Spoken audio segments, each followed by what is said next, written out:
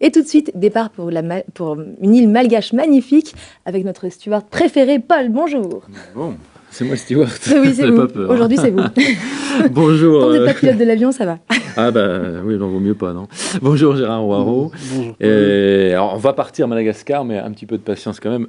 Il faut quand même expliquer un peu le contexte, puisque vous êtes, avant de vous lancer dans une telle aventure assez récente, puisque ça a démarré en 2005, vous avez travaillé pendant 31 ans dans une entreprise HP. Vous avez terminé même comme directeur général de compte stratégique. Bon, c'est un mot un peu compliqué pour dire, en gros, vous aviez une responsabilité assez importante. Pourquoi, subitement, en 2005, vous avez décidé de tout arrêter, après 31 ans de loyaux services, pour une aventure à Madagascar, notamment, puisqu'on va voir aussi, vous faites d'autres actions. Qu'est-ce qui s'est passé en 2005 ? Alors, c'est pas en 2005 que ça s'est passé. C'est un peu avant. Un cheminement qui a pris quand même 5 ans. Et 5 années où on avait le désir de donner une autre orientation à notre vie. Et l'orientation qu'on a choisie, c'est véritablement mettre au cœur de notre démarche vis-à-vis du développement durable, eh bien, tout ce que j'avais appris dans une grande société comme HP. Directeur général de compte stratégique, j'avais la responsabilité d'un très grand client qui était présent dans 48 pays. C'est pour ça que c'est quand même un poste intéressant. On ne le lâche pas comme ça, j'ai dit sans raison. Ça a été long de le lâcher parce que c'était quand même une situation extrêmement confortable à tout point de vue. Mais la découverte de Sainte-Marie et Madagascar, d'où je suis originaire, et la confrontation à l'extrême pauvreté, parce que c'est quand même la réalité malgache, nous a amené à prendre une décision qui a été quand même assez radicale, mais réfléchie. Et on voit effectivement en tous les cas qu'il faut des compétences pour le projet dont vous êtes porteur et le président. Avant d'en parler, on va regarder simplement peut-être quand même une vidéo. On va visiter cette merveilleuse île de Sainte-Marie.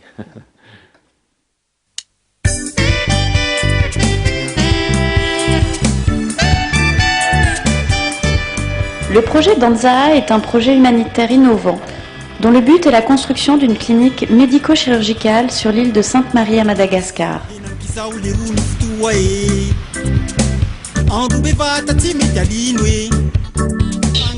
La nature y est très préservée et son microclimat lui fait bénéficier d'une biodiversité exceptionnelle.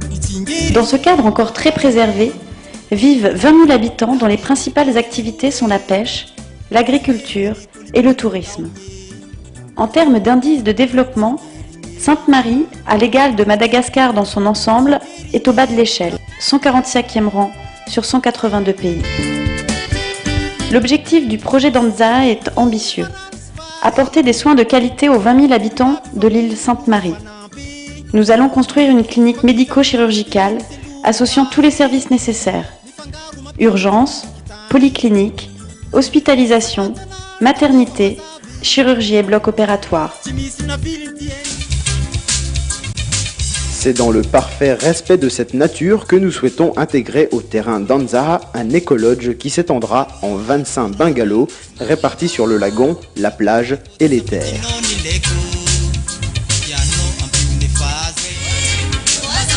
Écolodge Danzaha sera le moteur financier de la clinique et nous permettra de donner ainsi accès aux soins de façon égalitaire à l'ensemble des Samariens.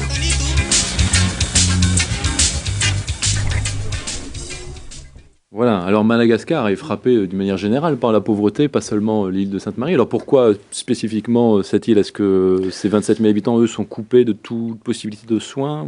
Non, Sainte-Marie est une île donc avec des problèmes liés à l'accessibilité, liés au traitement des urgences et liés à toutes les difficultés qui sont rattachées à des lieux géographiquement difficilement accessibles.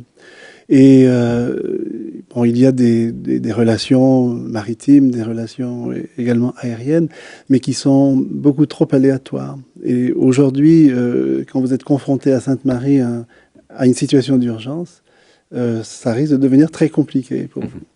Donc l'idée, c'est vraiment de mettre en place une structure. Alors, quelle est un peu la particularité de cette structure? Alors, c'est déjà... Alors, par rapport à ce que vous venez d'entendre là dans le reportage que nous avons fait il y a 3 ans, nous avons recentré notre projet sur un pôle santé mère-enfant.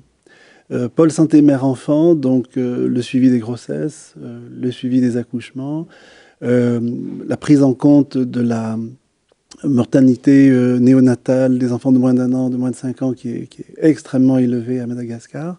Et notre premier objectif sera véritablement d'apporter aux mères et aux enfants des soins de qualité. Après, extension donc à d'autres services. Après, c'est un service clinique tout à fait. Classique. Mais Quoi. on commence par le pôle santé mère-enfant parce que c'est l'urgence absolue à Sainte-Marie. Alors, vous en êtes où aujourd'hui, puisqu'on parle de projet, alors concrètement? Alors, aujourd'hui, où est-ce que nous en sommes? Le pôle santé va démarrer en 2013. Nous avons embauché donc le médecin-chef qui va se charger du recrutement donc, de son équipe, donc gynécologue, sage-femme, médecin. Alors, des gens de Madagascar, en tout cas. Et pas de Sainte-Marie spécialement? Sainte-Marie, pas pour le moment, parce que les ressources, formés, voilà, il y a vraiment un vrai problème de formation à Sainte-Marie.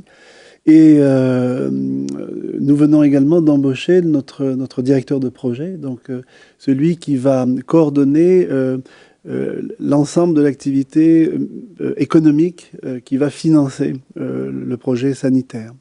Parce que l'idée, c'est vraiment d'apporter un moteur financier vertueux. Hein.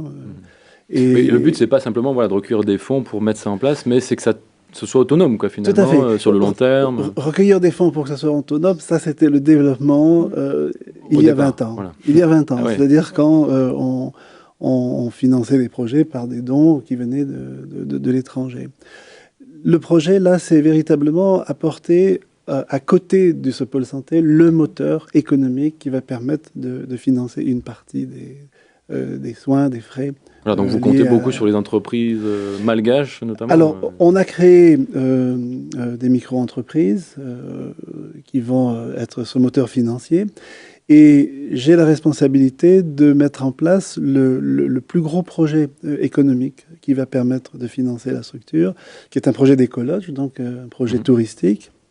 Et là également, par rapport à ce qu'on a vu là sur le reportage, on a volontairement aussi réduit un peu le projet pour pouvoir le réaliser de manière plus rapide. Et là, nous allons donc commencer par 6 chambres d'hôtes qui sont quasiment terminées. On a juste à terminer les travaux sur le bâtiment que l'on a construit en 2011. Et commencer donc par 6 chambres d'hôtes qui vont nous permettre de lancer le moteur et ensuite construire des bungalows. Ça permet en tout cas du tourisme utile et solidaire. Ça, c'est le fondement de notre vision de l'entrepreneuriat social. Hein. C'est récolter de l'argent, gagner de l'argent, parce que c'est important, parce que le développement durable coûte cher. Et plutôt que de restituer cet argent aux investisseurs, eh bien, on le restitue au pôle santé ou un projet sanitaire, un projet humanitaire. Alors ça, c'est en tous les cas, c'est un des principaux projets certainement qui vous tient peut-être le plus à cœur, mais en tous les cas, vous avez aussi d'autres projets maintenant que vous avez arrêté votre activité professionnelle chez HP, et c'est notamment un projet qui concerne beaucoup la famille. Alors ça se passe beaucoup en France, cette fois on n'est plus à Madagascar, on revient. Pourquoi la famille? Qu'est-ce que vous faites exactement? Vous aidez les couples en difficulté? Qu'est-ce que vous proposez concrètement? Qu'est-ce qu'on propose? On a commencé cette activité autour de la famille il y a 35 ans, au moment où je suis rentré chez HP. C'est-à-dire qu'on a développé en quelque sorte les 2 compétences en parallèle pendant une trentaine d'années.